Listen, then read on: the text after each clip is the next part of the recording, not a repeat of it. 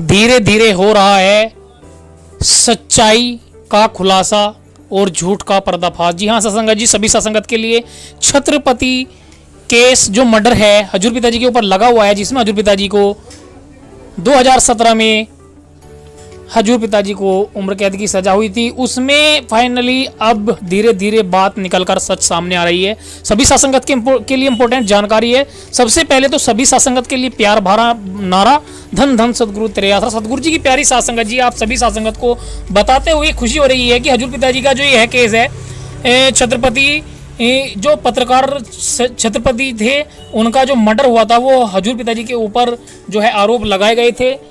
हजूर पिताजी के वकील के द्वारा हरियाणा एवं पंजाब हाई कोर्ट के यहाँ पर अपील दर्ज की गई थी कि हजूर पिताजी का इसमें कहीं से कहीं तक भी दूर दूर तक हाथ नहीं है।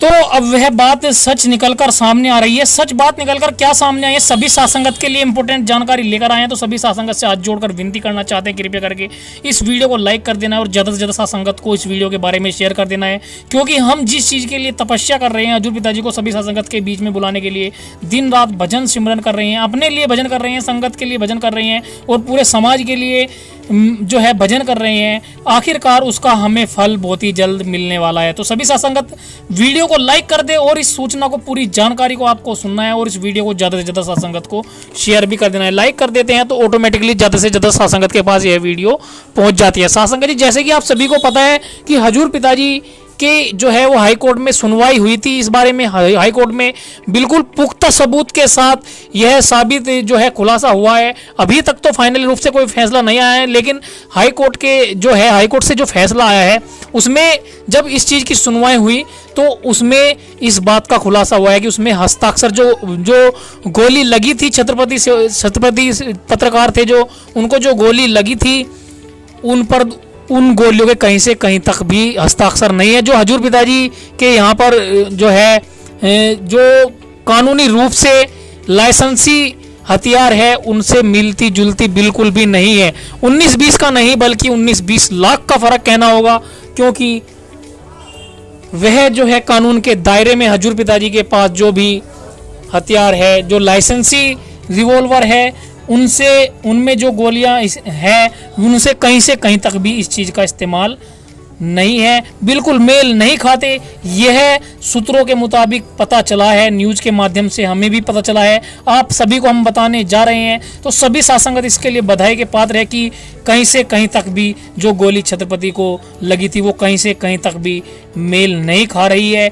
और ऐसा हो भी नहीं सकता कि सच्चा संत ऐसा करवाए, हमें तो भरोसा है ही, लेकिन हजूर पिताजी कानून के हिसाब से हर काम को करते हैं और कानून से ही इस बात को पास करवाएंगे कि हाँ हजूर पिताजी कहीं से कहीं तक भी इन कामों में ना तो कभी किसी का साथ दिया है और ना ही कभी देते थे और ना ही कभी देंगे। हजूर पिताजी का जो भी कदम उठाए वो समाज की भलाई के लिए ही उठाए। आप सभी सत्संगत से हाथ जोड़कर विनती करना चाहते हैं, कृपया करके इस वीडियो को ज़्यादा से ज़्यादा सत्संगत को शेयर कर दे। और जो हाई कोर्ट में इस बात के ऊपर चर्चा हुई थी वो कहीं ना कहीं हजूर पिताजी के पक्ष में पल्ला भारी हो रहा था और हजूर पिताजी के लिए ही आखिरकार पल्ला भी भारी होगा, क्योंकि एक सच्चा संत, सच्चाई को थोड़ा परेशान जरूर किया जा सकता है लेकिन सच्चाई को दबाया नहीं जा सकता। आखिरकार जीत सच्चाई की ही होती है।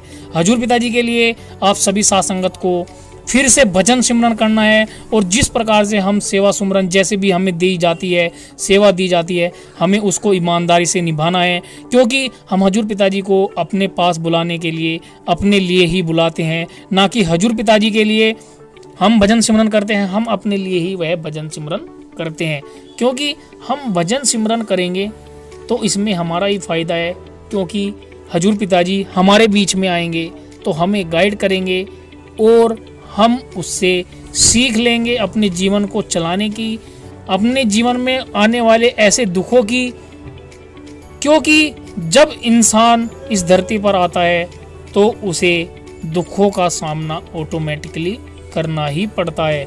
लेकिन कोई इंसान दुखों में इतना ज़्यादा परेशान हो जाता है कि वो अपना तो नुकसान करता ही है, अपने आने वाली पीढ़ियों को भी नुकसान पहुंचा जाता है। लेकिन हजूर पिताजी हमें इस बात की सीख देते हैं कि हमें किस प्रकार से दुखों का सामना करना चाहिए और किस प्रकार से जब हमारे ऊपर दुख आते हैं तो उनसे किस प्रकार से सुलझना चाहिए। तो हजूर पिताजी के कुछ इंपॉर्टेंट वचन भी लेकर आए हैं, तो इन वचनों को भी आप सभी साथ संगत को जरूर सुनना है।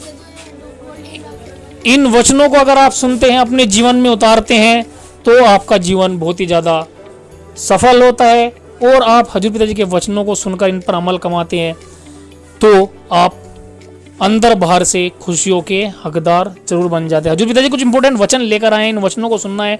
एक बार फिर से कहना चाहते हैं कि वीडियो को लाइक करके ज़्यादा से ज़्यादा साथ संगत को शेयर कर दे, ताकि यह जो हजूर पिताजी के ऊपर जो केस लगा हुआ था, हजूर पिताजी को 2017 में छत्रपति केस में जो सजा हुई थी, उसके बारे में क्या हाई कोर्ट में चर्चा चल रही है, यह चर्चा पूरी साथ संगत के पास पहुंच सके। और जो भी हजूर पिताजी को गलत मानते हैं उनके पास भी ये वीडियो को शेयर कर दे, ताकि उन्हें भी इस बात का पता चल जाए कि आखिरकार जीत सच्चाई की होने वाली है।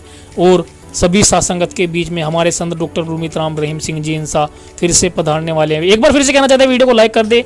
फिर स्टार्ट करते हैं आज के हजूर पिताजी के इंपोर्टेंट वचन।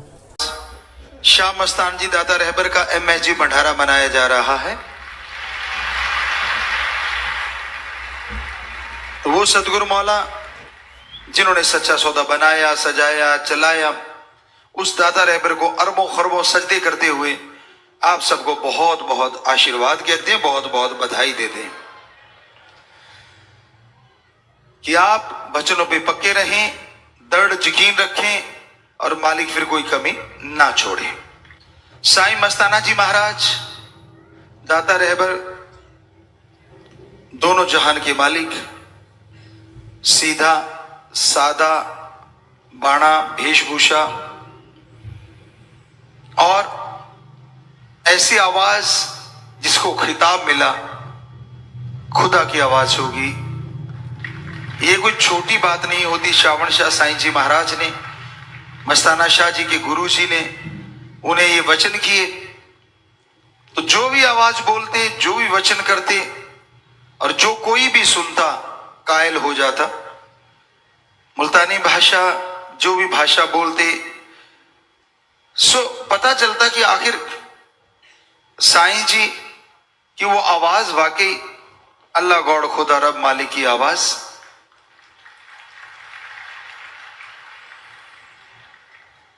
पर फायदा लोगों ने उठाया उतना ज्यादा नहीं जितना उठाना चाहिए था। फिर वचन कर दिए कि आने वाले टाइम में देखना बरी, यहां अगर प्लेट डालेंगे तो बेगू तक पता नहीं चलेगा, सरसा तक पता नहीं चलेगा। जब साईं जी घूमते हुए शाह मस्ताना जी धाम से शास्त्रनाम जी धाम के पास आए तो वहां ये वचन फरमाए। तब वहां खेत थे, 60-60, 70-70 फीट ऊंचे टिल्ले थे बालू रेत के। सो कोई सोच भी नहीं सकता था कि यहां पे ऐसा होगा। तो कई बागड़ी बोलेंगे बाबा मन्ने तो दिखे को नहीं, कि बरी तू नहीं देखेगा, ये बॉडी नहीं देखेगी, लेकिन एक दिन ऐसा आएगा यहां से थाली फेंकेंगे सरसा तक नीचे नहीं गिरी, यानी सिर ही सिर। अब आप सोचते होंगे जाम तो डब्बड़ी तक, मानसा तक, बहुत दूर दूर फतेहाबाद तक जाम तक लग जाते हैं कई बार भंडारों पे, तो थाली तो वहां तक भी नहीं गिरती। तो इसका वचन आपको बताते। दूसरी बॉडी में शाह मस्तान जी दादा रहबर ने ये वचन फरमाए कि भाई दिन दुगनी रात चौगनी राम नाम लोग जपा करेंगे, बढ़ेंगे। तो आप हिसाब लगा सकते हो, उनके वचन फल फूल रहे हैं। साथ संगत इतनी ज्यादा हो गई है कि वो वहां तक जाम तक लग जाते हैं। सो आज का जो भजन है, मेरा साईं मस्त मेरा यार मस्त, शाह मस्ताना जी साईं मस्त। मस्त मस्त रे मस्त मस्त मेरा मस्ताना शाह मस्त मस्त, कर देता है वो मस्त, नूर है उसका जबरदस्त, गम चिंता दुख दर्दों को पल में कर दे वो पस्त। जो भी कोई साईं जी के पास आता, सजदा करता, सजदे के बदले ही रहमो करम दया में रहमत से उसे नवाज देते, कोई कमी ना आने देते। और मस्ती में खुद नाचा करते थे अपने गुरु के आगे, शाह मस्तान जी दाता रहबर। और जब खुद गुरगद्दी पे आए तो उनके सामने सारे आशिक नाचने लगे। शास्त्राम जी दाता रहबर जब गुरु धारण किया, मस्ताना जी महाराज से वचन विलास हुए, बात हुई, तो शास्त्राम जी दाता रहबर ने कहा कि ये जो नाचते हैं, कई लोग इसका ऐसा समझते हैं।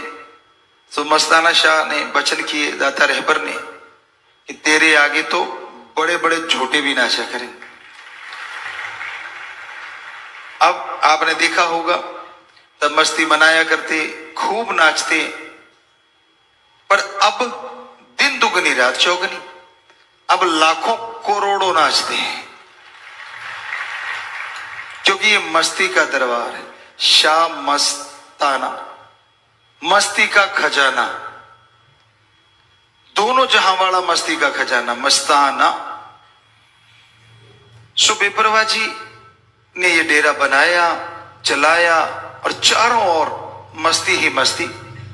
साथ संगत दूसरी बॉडी के ये भजन को पूरी तरह से मानती हुई, इस जन्म में ये दो काम करो, एक नाम जपो और प्रेम करो।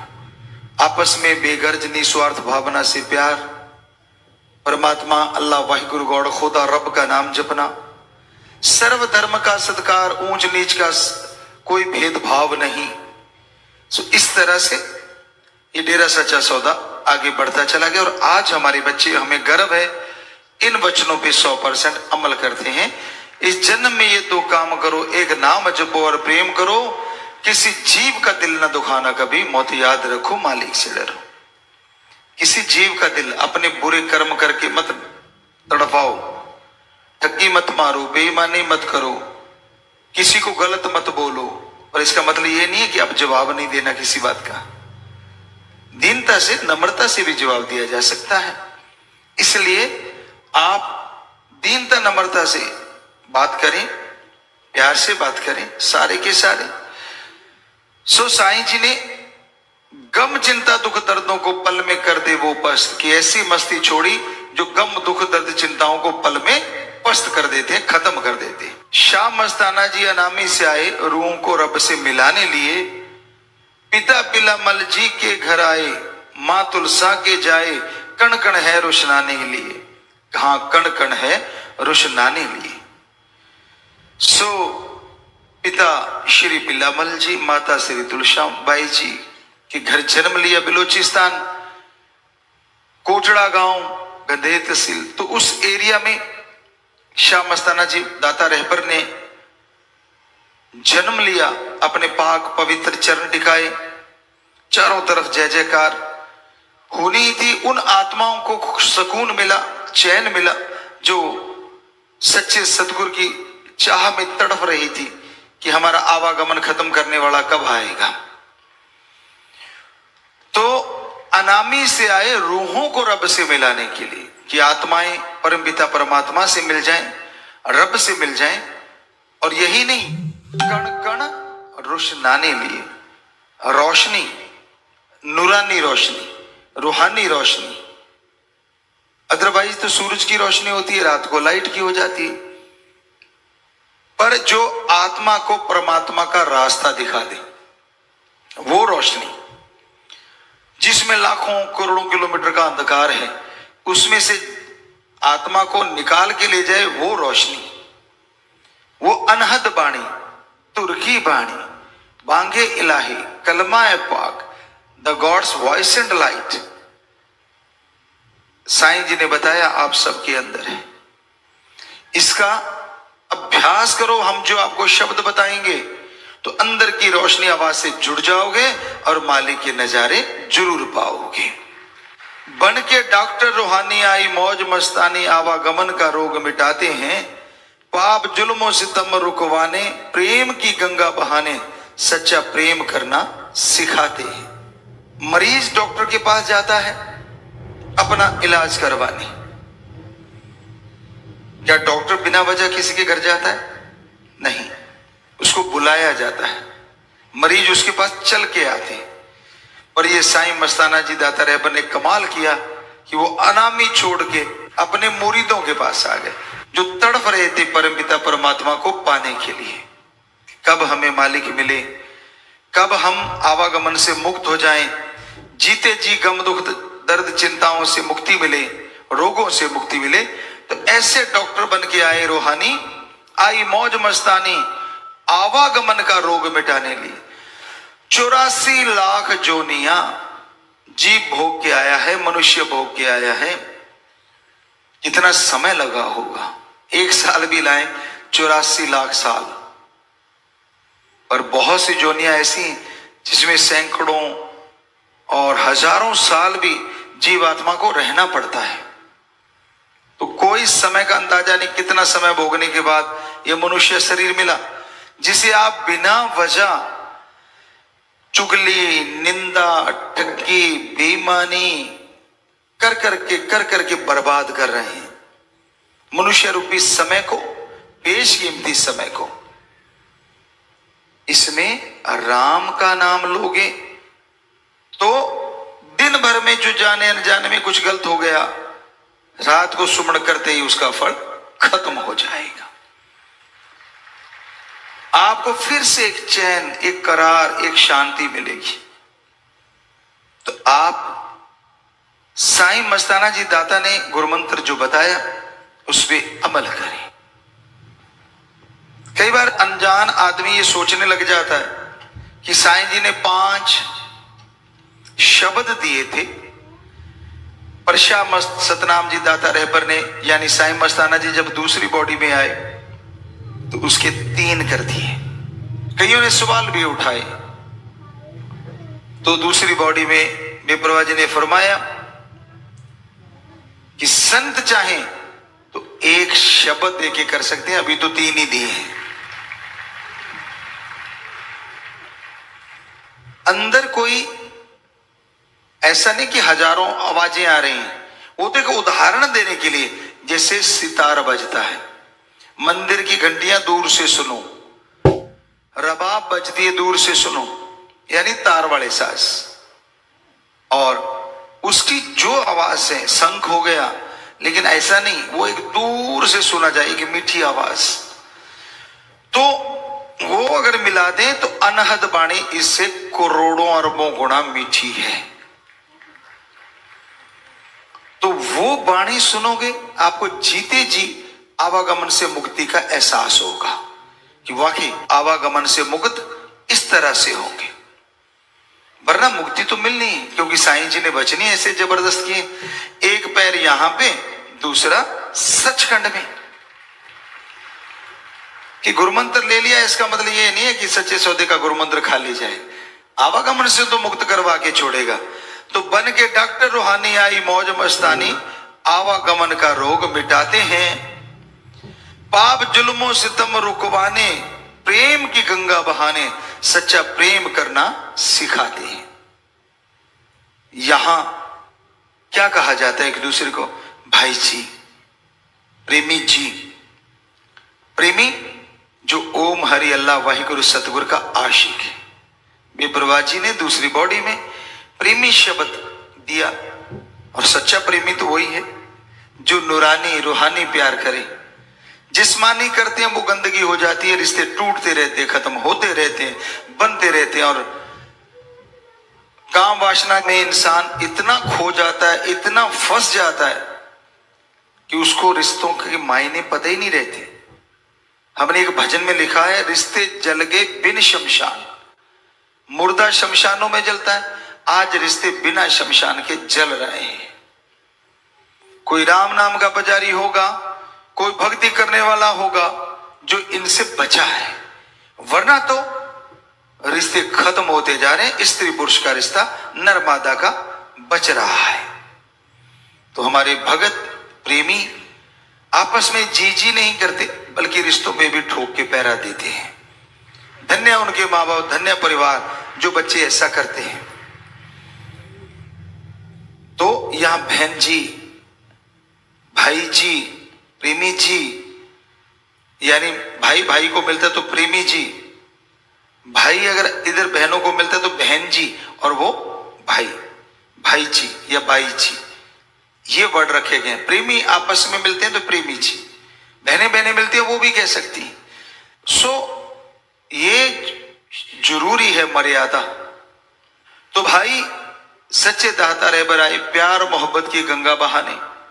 सच्चा प्रेम क्या होता है कि भाई आपस में बेगर्ज प्यार ही सच्चा प्रेम है, रूहानी प्यार ही सच्चा प्यार। पति पत्नी का जो रिश्ता है वो जायज है, सही है। उम्र में बड़े हैं, माँ बाप की तरह फिजिकली भी उनकी संभाल करो, उनके पांव दबाओ, और इसी तरह बच्चे हैं उनका पालन पोषण करो। पर आज आदमी इखलाक से गिर गया है। हमारे पूर्वज ऐसे ही थे, जब बच्चा लेना तब ही मिलते थे, वरना रूहानी प्यार, आत्मिक प्यार होता था आपस में।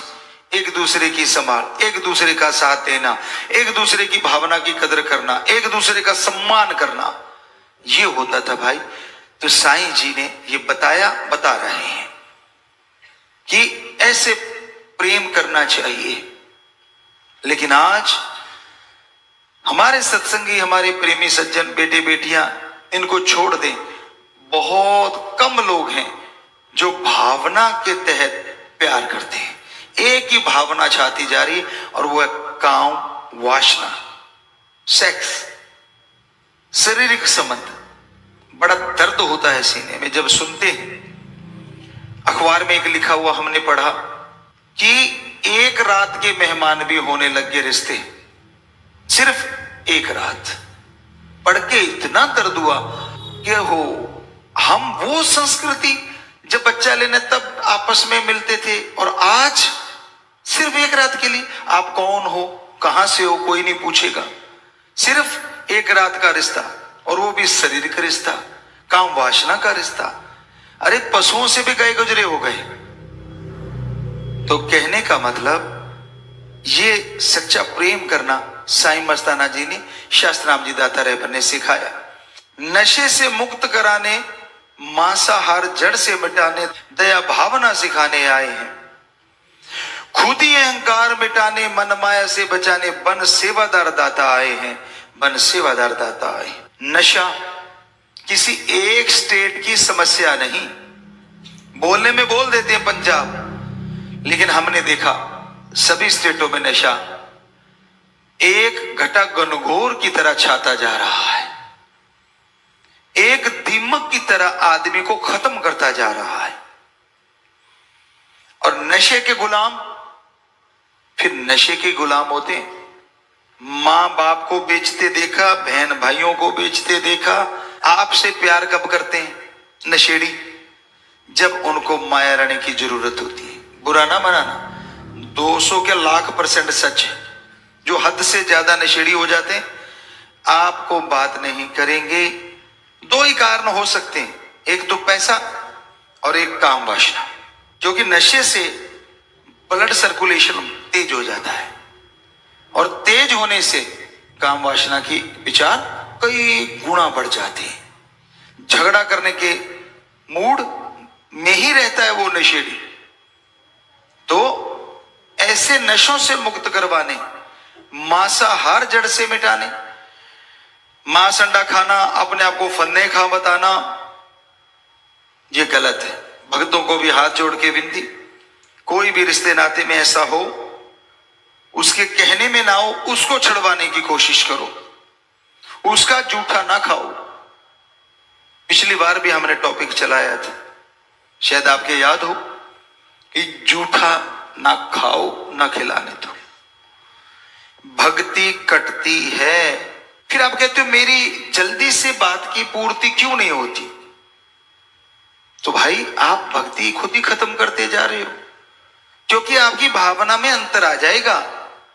तुच्छ विचार, गलत विचार, बुरे विचार ज्यादा आने लग जाएंगे। इसलिए ऐसा जूठा मत खाओ उनका, जो मांसाहार करते हैं, जो अंडा वगैरह खाते हैं, जो नशा करते हैं।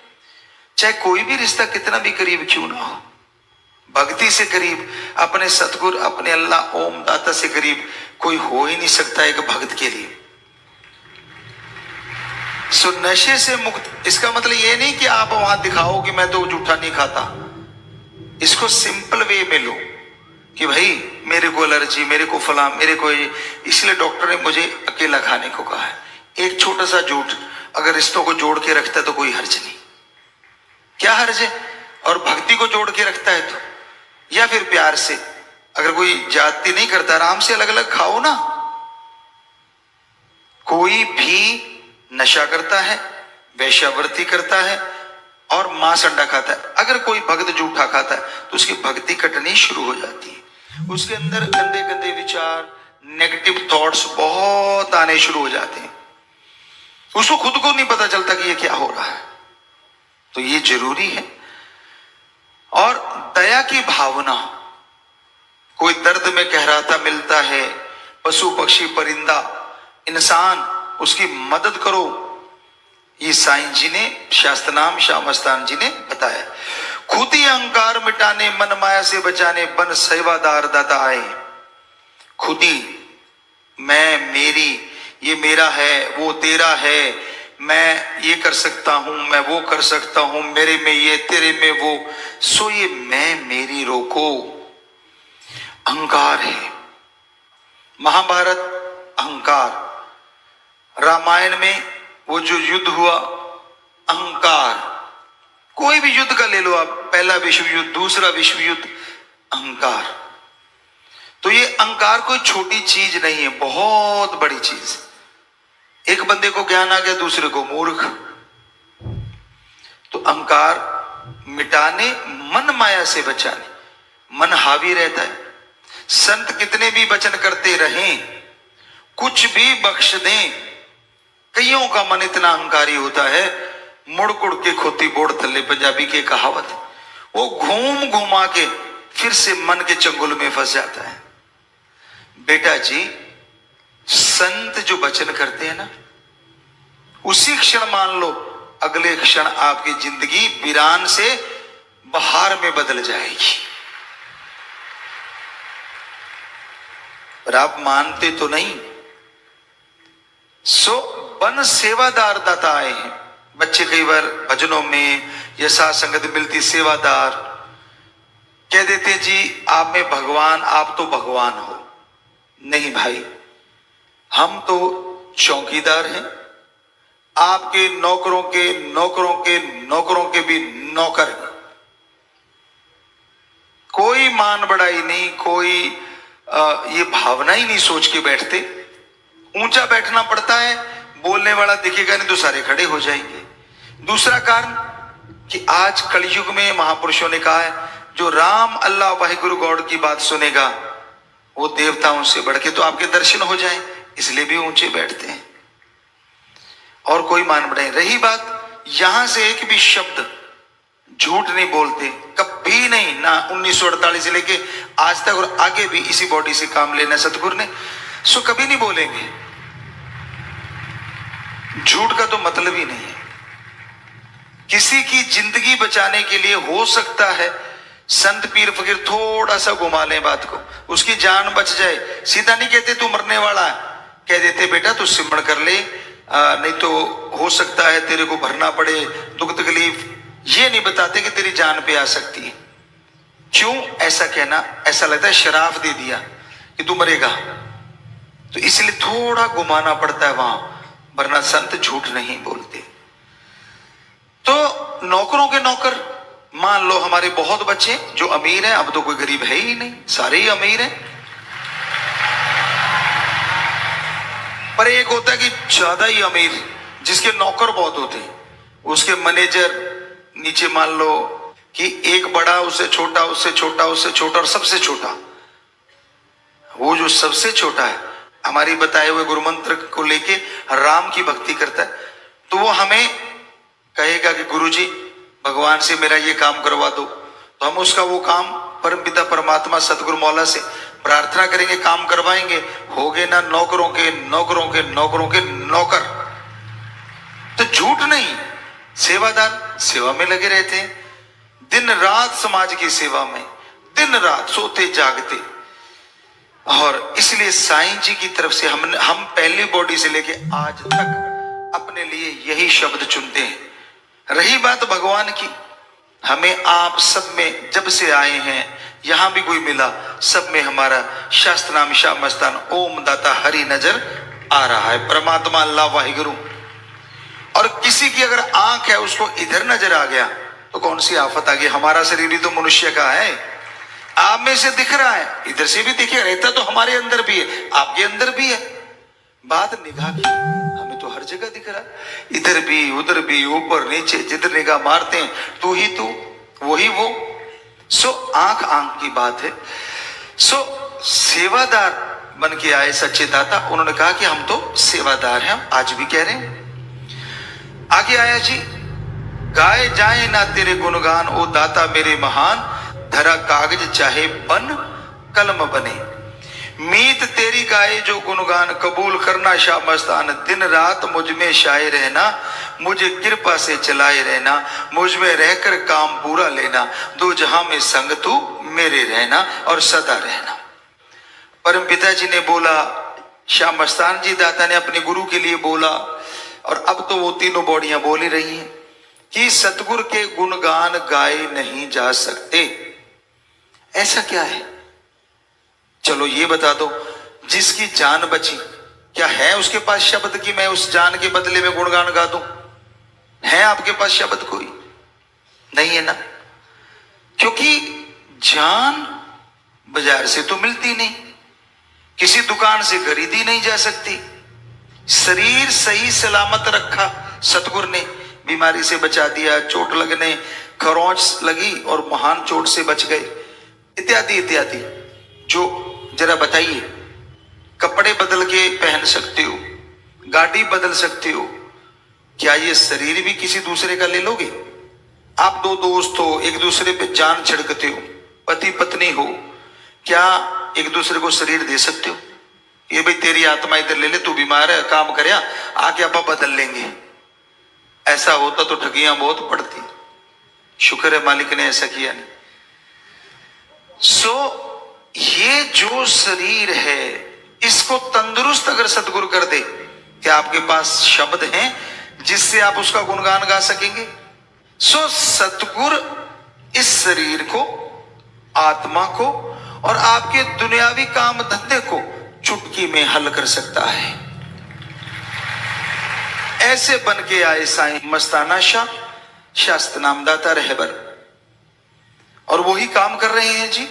तो गाए जाए ना तेरे गुणगान ओ दाता मेरे महान, धरा कागज चाहे वन कलम बने, धरा कागज चाहे वन कलम बने। मीत तेरी गाए जो गुणगान, पर फिर भी कि गुणगान तो गाने पड़ेंगे, अल्फाज शब्द जो आम प्रयोग में आते हैं वही लाने पड़ेंगे, अलग से तो कोई शब्द है नहीं। सो मीत तेरी गाए जो गुणगान, की हे मेरे सतगुरु, हे मेरे राम, जितना मैं गा सकती हूं आत्मा के रूप में तेरे गुण गा रही हूं मेरे परमात्मा। यहां जब भी स्त्रीलिंग आता है, वो स्त्री पुरुष का चक्कर नहीं है। हमारे भजनों में स्त्री का मतलब आत्मा और पुरुष का मतलब परमात्मा। यहां जब भी आप हमसे सुनोगे, हम ईश्वर के गीत गाते हैं। किसके ईश्वर के? परमपिता परमात्मा, शास्त्र नाम शाह मस्तान दाता रहबर के। उसी रूप में हमें तो कण कण में दिख रहे हैं, दिखते रहेंगे। मीत गाए जो गुणगान, कबूल करना शाह मस्तान, दिन रात मुझ में छाए रहना, मुझे अपनी कृपा से चलाए रहना, मुझ में रहकर काम तू पूरा लेना, दो जहां में संग मेरे सदा रहना। कि यही मांग सकते हैं अपने सतगुरु से कि मेरे मुर्शिद कामिल, मेरे सतगुरु मौला, इश्क है तेरे से। और इश्क का नजारा हमने पिछले दिनों में बहुत देखा। सारी स्टेटों से सेवादार भाई बहने, जब हम उनके पास गए, हाथ जुड़े हुए थे, मतलब हमें बड़ा मान है शास्त्र नाम मस्तान पे, तीनों बॉडियों पे जो उन्होंने चुनी, कि जब हम उनके पास गए, मोस्टली तो नहीं कह सकते, 40 से 50% बच्चे ऐसे मिले, हाथ जुड़े थे, होंठ कांप रहे थे और आंखों से नदियां बह रही थी। तो ये नजारा एक का भी मिल जाए, वो गुरु बड़ा खुश होता है कि मेरा शिष्य इतना बैराग, इतना प्यार। और यहां तो MS जी, दादा शाह मस्तान शाह सतनाम, और ये MS जी। तो कहने सुनने से परे इतना फख्र है, इतना मान है अपनी औलाद, अपने बच्चों पे, सत्संगी पे, कि इतना प्यार कि उनके पास जाते अश्रु धारा ने सारे रास्ते तोड़ दिए। एक समुद्र बन के प्यार का लहराने लगा, चलने लगा। और कैसे ना फिर उनको महसूस हो कि हमारे सिर पे हाथ आ गया, कैसे ना महसूस हो कि आहा, अंदर से वो सुकून आ गया जिसकी कल्पना ना की। और कैसे ना वो दूसरों को जोड़ें कि यार जब मुझे मिला है दूसरों को भी मिल जाए। और ये सोच आते ही उनकी कुलों का उद्धार होना शुरू हो जाता है, वो ऊपर जानी शुरू हो जाती है। जब पशु बनी बैठी है, पेड़ बनी बैठी है और धन धन करती जाती है उस बच्चे का, क्या हो, ये कैसे जन्म दे दिया हमारे कुल ने ऐसे बच्चे को जो इतना बराग, इतनी सेवा करता है, दूसरों के लिए इतना दर्द रखता है। तो ये साईं जी की ही कृपा है, उनका ही कमाल है। उन्होंने ये भावना साध संगत के अंदर भरी। शाह मस्तान शाह सतनाम अब बन बैठे हैं MS जी। सो ये कमाल उनका है। सो अरबों खरबों सजदे शाह मस्तान जी दाता रहबर को, और MS जी शाह मस्तान जी के भंडारे की फिर से आपको बहुत बहुत बधाई, बहुत बहुत आशीर्वाद। जो है वो बहुत ही नेगेटिविटी का शिकार हैं। जब देखो उनके दिलो दिमाग में नेगेटिविटी छाई रहती है। कोई भी कार्य करना हो, पहले उसकी असफलता का डर दिलो दिमाग में छाया रहता है। कोई बिजनेस करते हैं तो ये ध्यान रहता है कहीं मैं असफल ना हो जाऊं। कोई भी काम धंधा करते हैं, कभी ये सोच के नहीं कि हां मैं सफल हो जाऊंगा, बल्कि हमेशा उनके अंदर यही रहता है, नहीं, सफलता मुझे नहीं मिलेगी, मैं पढ़ाई में पास नहीं होऊंगा, मेरी मेरिट नहीं आएगी। गेम खेलने जाता है, नहीं, मैं जीत नहीं पाऊंगा, मैं मेडल नहीं ला पाऊंगा। तो इसे कहते हैं नेगेटिविटी। और इसे दूसरे शब्दों में कहें तो आत्मिक कमजोरी कहा जाता है। जब आत्मा को खुराक नहीं मिलती तो इंसान की सोच भी कमजोर हो जाती है। इंसान यही सोचता रहता है कि हां मैं कुछ नहीं कर सकता। आप ऐसा क्यों सोचते हैं? क्यों आती है आपके अंदर नेगेटिविटी? क्यों होता है यह सब? तो इसकी वजह क्या है? क्यों इंसान सोचता है ऐसा? इसका कारण सिर्फ एक है, और वो है आत्मिक कमजोरी। इंसान के हौसले पस्त हो जाएं। जब इंसान नेगेटिव सोचता है तो उसका एकमात्र कारण होता है कि उसके अंदर की आत्मा कमजोर हो चुकी है, बलवान नहीं है। हर बात पे नेगेटिव सोचता है, हर बात गलत तरफ लेके जाता है। यहां तक कि बड़े बुजुर्गों के अंदर भी ये चीजें पाई जाती हैं। आपका बच्चा कहीं सफर कर रहा है, यात्रा पे है, तो आप उसका नेगेटिव पहले सोचेंगे। कहीं एक्सीडेंट ना हो जाए, कहीं चोट ना लग जाए, कहीं गलत जगह ना पहुंच जाए, इत्यादि इत्यादि।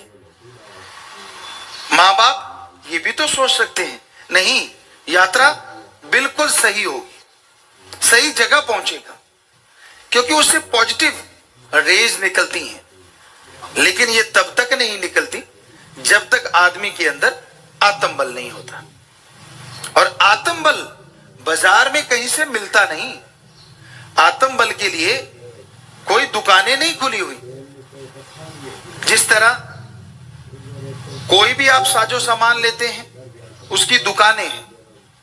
आप सब्जी लें, रोटी लें, खाना खाएं, कुछ भी लें, यहां तक कि आपके सिर दर्द है, शरीर में कोई परेशानी है, डॉक्टर हैं, मेडिकल के स्टोर हैं, लेकिन कहीं भी जाओ, किसी भी स्टोर पे जाइए, पूरे वर्ल्ड में आपको आत्मा की दवाई नहीं मिलेगी जिससे आत्मबल बढ़ जाए, जिससे विल पावर बढ़ जाए। ऐसी दवा कहीं नहीं मिलती। पर क्या ऐसी दवा होती है? होती है तो कितनी महंगी होती होगी? जरा सोचिए, इंसान के अंदर हौसला आ जाता है, इंसान हारी बाजी जीत जाता है जब आत्मबल होता है। और यह भी देखा जाता है जब ये आत्मा को खुराक मिल जाती है तो मरते हुए लोग फिर से जिंदा हो जाते हैं।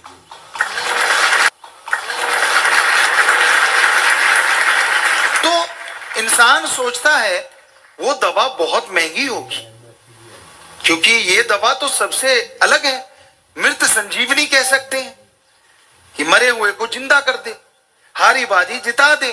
कौन सा बिजनेसमैन नहीं चाहेगा ऐसी दवा लेना?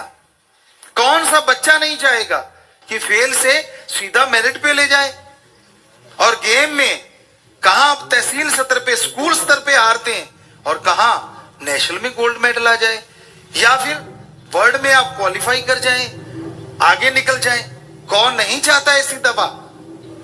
तो आप लोग सोचते होंगे गुरुजी ललचा रहे हैं। नहीं, ऐसी बात नहीं है, पर आपकी सोच बताते हैं कि वो दवा कितनी जबरदस्त है और वो दवा कितनी कमाल की है, जो एक है और अनेक काम कर देती है। आप कहीं से दवा लो, सिर दर्द की मिल जाएगी, बॉडी के लिए टॉनिक मिल जाएगा, आजकल आ गया, अब जिसमें बहुत से विटामिन, खनिज, लवण सब होते हैं, लेकिन ऐसी कोई दवा नहीं होती जिससे सारे कार्य सफल हो जाएं। तो ऐसी एक दवा है जिसे कहते हैं राम का नाम, ईश्वर की भक्ति, गुरु मंत्र, मेथड ऑफ मेडिटेशन, कलमा, शब्द, गुरु मंत्र, उसके और भी हजारों नाम होंगे। और वो दवा कहां से मिलती है? कौन से स्टोर पे जाएं? किस जगह वो दवा मिलेगी?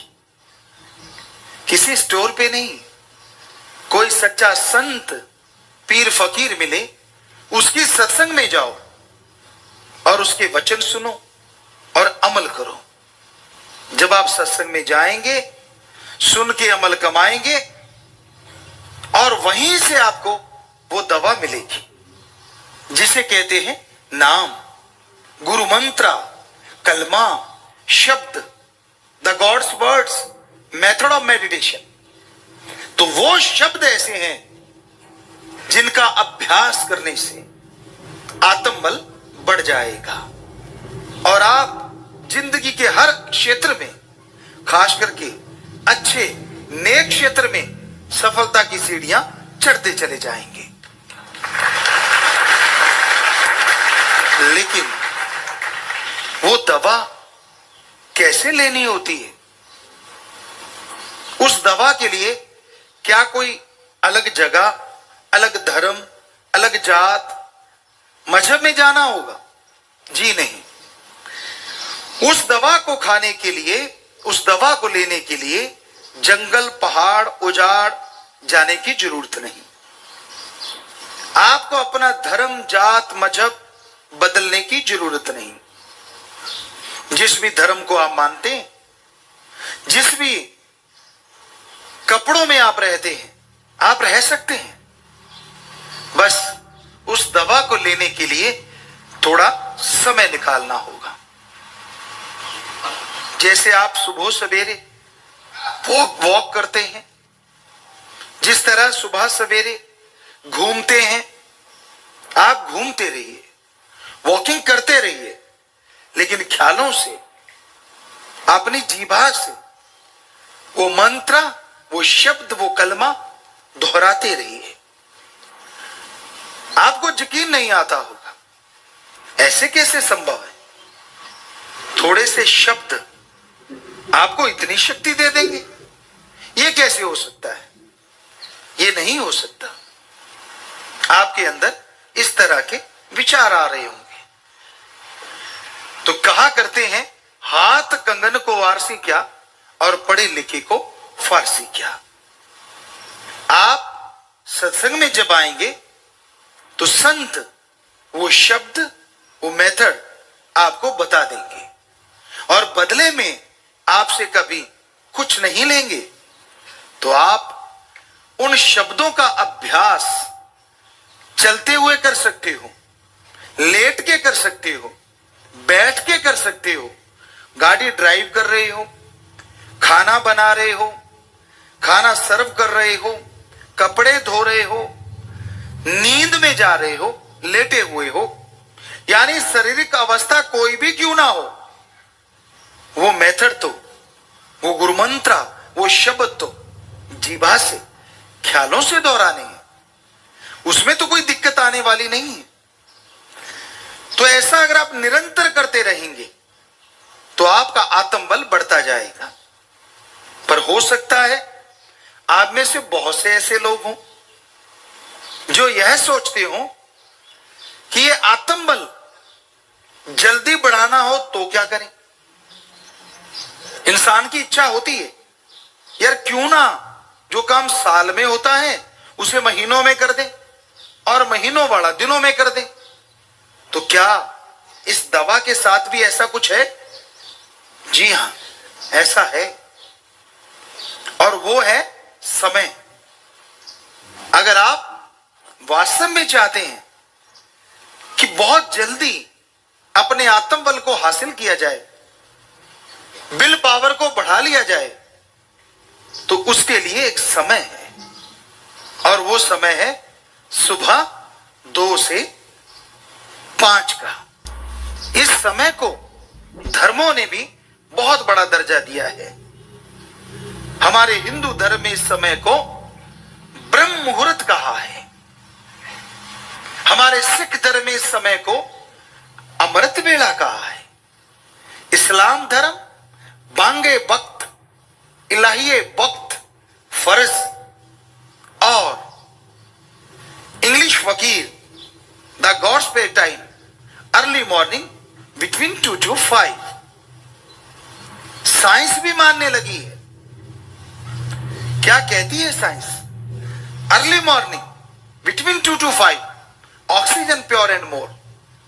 If you do the method of meditation continue, then your will power up and up, upside.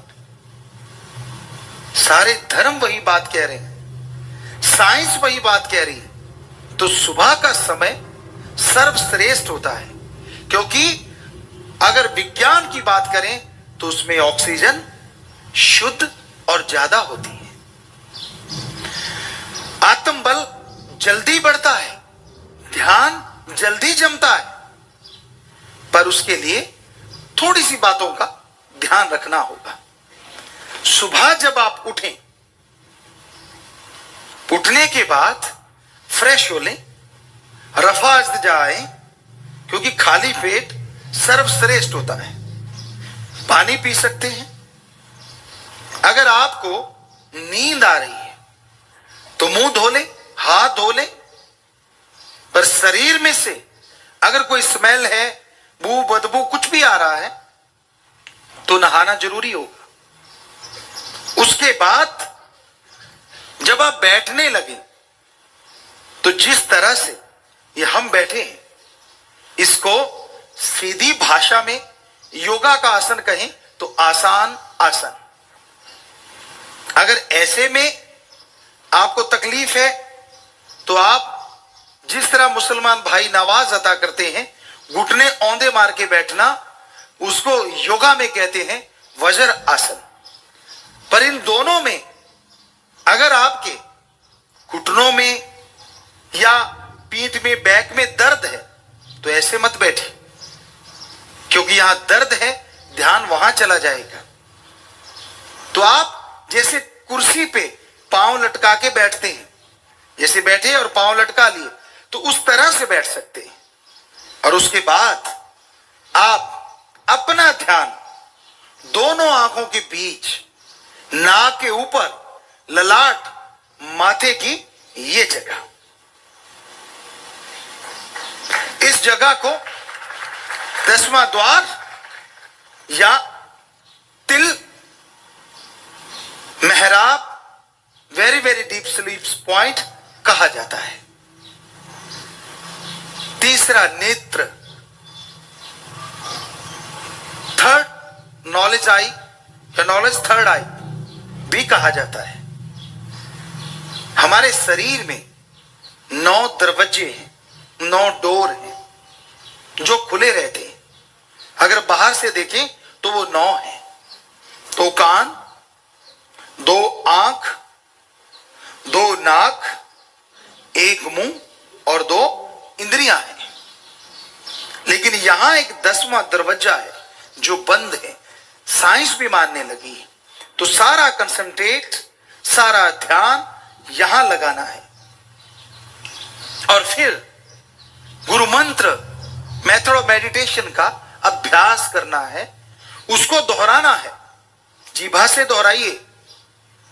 मक्खी मच्छर तंग करता है तो पतली सी चद्दर ऊपर ले सकते हैं। सर्दी तंग करती है, कपड़ा ले सकते हैं। हाथों को यूं रखना है। कोहनी का वजन जांग पे आ गया और यहां ये काफ पे आ गया, ताकि कोई प्रेशर आपका ध्यान इधर उधर ना करवा सके। तो आप बैठ गए। अब मेथड ऑफ मेडिटेशन दोहराइए। आंखें बंद रखिए। ये सबसे बढ़िया है। खोल के भी कर सकते हैं, लेकिन वो बाद में, जब आपका ध्यान आपके काबू में आ जाए, जब विचार स्थिर होने लगे। तो ऐसा करने से क्या होगा?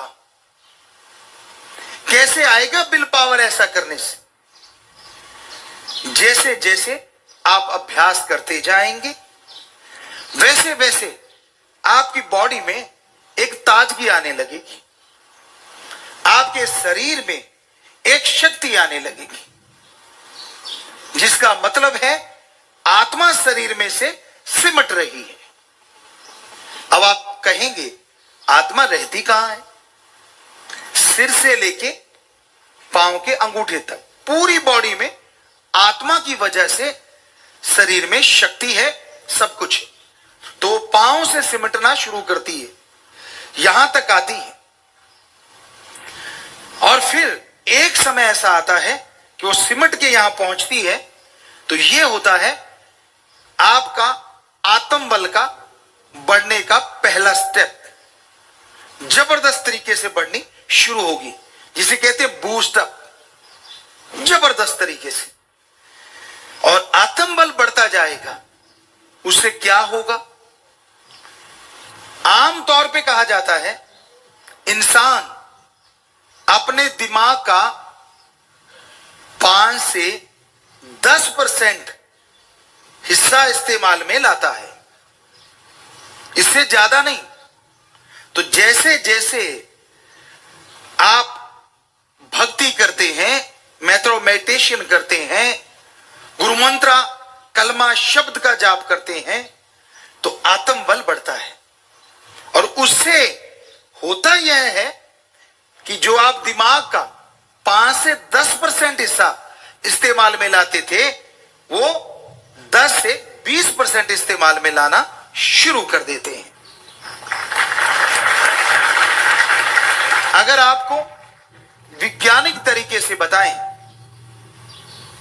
तो जब आप 5-10% दिमाग का इस्तेमाल करते थे, कोई बहुत बड़ी प्रॉब्लम आई, कोई परेशानी आई, कोई मुश्किल आई, कोई बीमारी आई, जिससे आप घबरा गए, उस प्रॉब्लम का सॉल्यूशन आपको नहीं मिला, उस समस्या का हल आपको नहीं सूझ रहा, उस बीमारी से लड़ने की शक्ति आप में नहीं है, आप हारते जा रहे हैं, आप गिरते जा रहे हैं।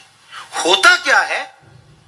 जैसे ही गुरु मंत्र का अभ्यास आपने किया, आत्म बल बढ़ा और आप अपनी सोचने की शक्ति का इस्तेमाल 1.5 गुना या डबल करने लगे। तो सीधी सी बात, जब आपका दिमाग 5-10% सोचता था, आप उसका इस्तेमाल कर रहे थे, तो समस्या का हल नहीं मिल रहा था, बीमारी से लड़ने की शक्ति नहीं मिल रही थी, आदत बदलने के लिए ताकत नहीं आ रही थी। और जैसे ही आपके दिमाग को आप डबल काम में लेने लगे, तो नेचुरली आपके दिमाग में हर परेशानी का सॉल्यूशन, हर समस्या का हल, हर प्रॉब्लम का सॉल्यूशन आपको मिलने लग जाएगा, और आप टोटली टेंशन फ्री हो जाएंगे। इस तरह से आत्मबल मिलता है। और वो आत्मबल बाहर नहीं है, आप सबके अंदर है। आपको ज्ञान नहीं है, आपको पता नहीं है, जिसकी वजह से कभी कोई विचार आप पे हावी हो जाता है, कभी कोई विचार हावी हो जाता है। आत्म बल का ढेर होते हुए भी आप कंगाल रहते हैं। आपके अंदर आत्मिक शक्ति होते हुए भी आप परेशान रहते हैं। आप खुशियां हासिल नहीं कर पाते। सब कुछ होते हुए भी आपको लगता है मैं तो कुछ भी नहीं हूं। नेगेटिविटी का आप शिकार हो जाते हैं। तो आत्म बल आपके अंदर है ना हैरानीजनक बात। इसके लिए हम आपको एक कहानी सुनाते हैं, सच्ची कहानी, सच्ची बात। एक बहुत अमीर आदमी था, वो मरने लगा, जुबान बंद हो गई। बहुत पैसा था, पुराने समय की बात, हीरे जवाहरात अशरफियां, वो दबा गया और बता नहीं पाया, मर गया। बच्चे मजदूरी करने लगे। उनके बाप का एक दोस्त आया, घर पूछ के वहां पहुंचा, देखा बड़ा ही खस्ता हाल है। वो दंग रह गया। बच्चों को बुलाया, कहने लगा भाई क्या हुआ, आपके पिता तो बहुत अमीर थे और आपका ये हाल। कहने लगी जी कौन से अमीर, कुछ नहीं छोड़ के गए हमारे लिए। हम तो मजदूरी कर रहे हैं, मेहनत कर रहे हैं, तो पेट भर रहे हैं। वो कहने लगा नहीं, मैं बताऊं, आपके खजाना है, हीरे जवाहरात माणिक अशरफियां ढेरों हैं आपके पास। कहने लगे कहां? तो उस दोस्त ने बताया, मेरे मित्र ने बताया था, घर में कहीं दबी हुई। घर बहुत बड़ा था। बच्चे मेहनत करने लगे, खोदने लगे जगह, और खोदते खोदते खोदते खोदते आखिर लास्ट में उन्हें वो घड़े मिल गए और वो अमीर हो गए। तो उसी तरह आत्म बल, विल पावर आप सबके अंदर भरा हुआ है, लेकिन आप कंगाल हैं। आपको पता ही नहीं है कि आपके अंदर इतनी शक्ति है, इतनी शक्तियां आपके अंदर मालिक ने भर रखी हैं। तो आपके उस भगवान का कोई दोस्त जो कि संत होता है, वो आए और आपको बताए कि बेटा तेरे अंदर जो खजाना भरा पड़ा है, तेरे अंदर जो आत्मबल बेइंतहा है, उसको निकालने का ये तरीका है। तरीका गुरु मंत्र, मेथड ऑफ मेडिटेशन, वो दे दे और बदले में एक भी पैसा ना ले। आप उसका अभ्यास करें तो जरूर आपके अंदर का दबा खजाना आपको मिलेगा। जिस तरह उन बच्चों ने मेहनत की, उन्हें अशरफियां हीरे जवाहरात से भरे घड़े मिल गए, उसी तरह अगर आप मेहनत करेंगे, हम आपको गारंटी देते हैं, बिना कोई पैसा खर्च किए, समय देना होगा, बिना जात धर्म मजहब बदले, आप अपने अंदर का आत्मबल हासिल करेंगे और जिंदगी की चौं तरफ खुशियां हासिल जरूर कर पाएंगे।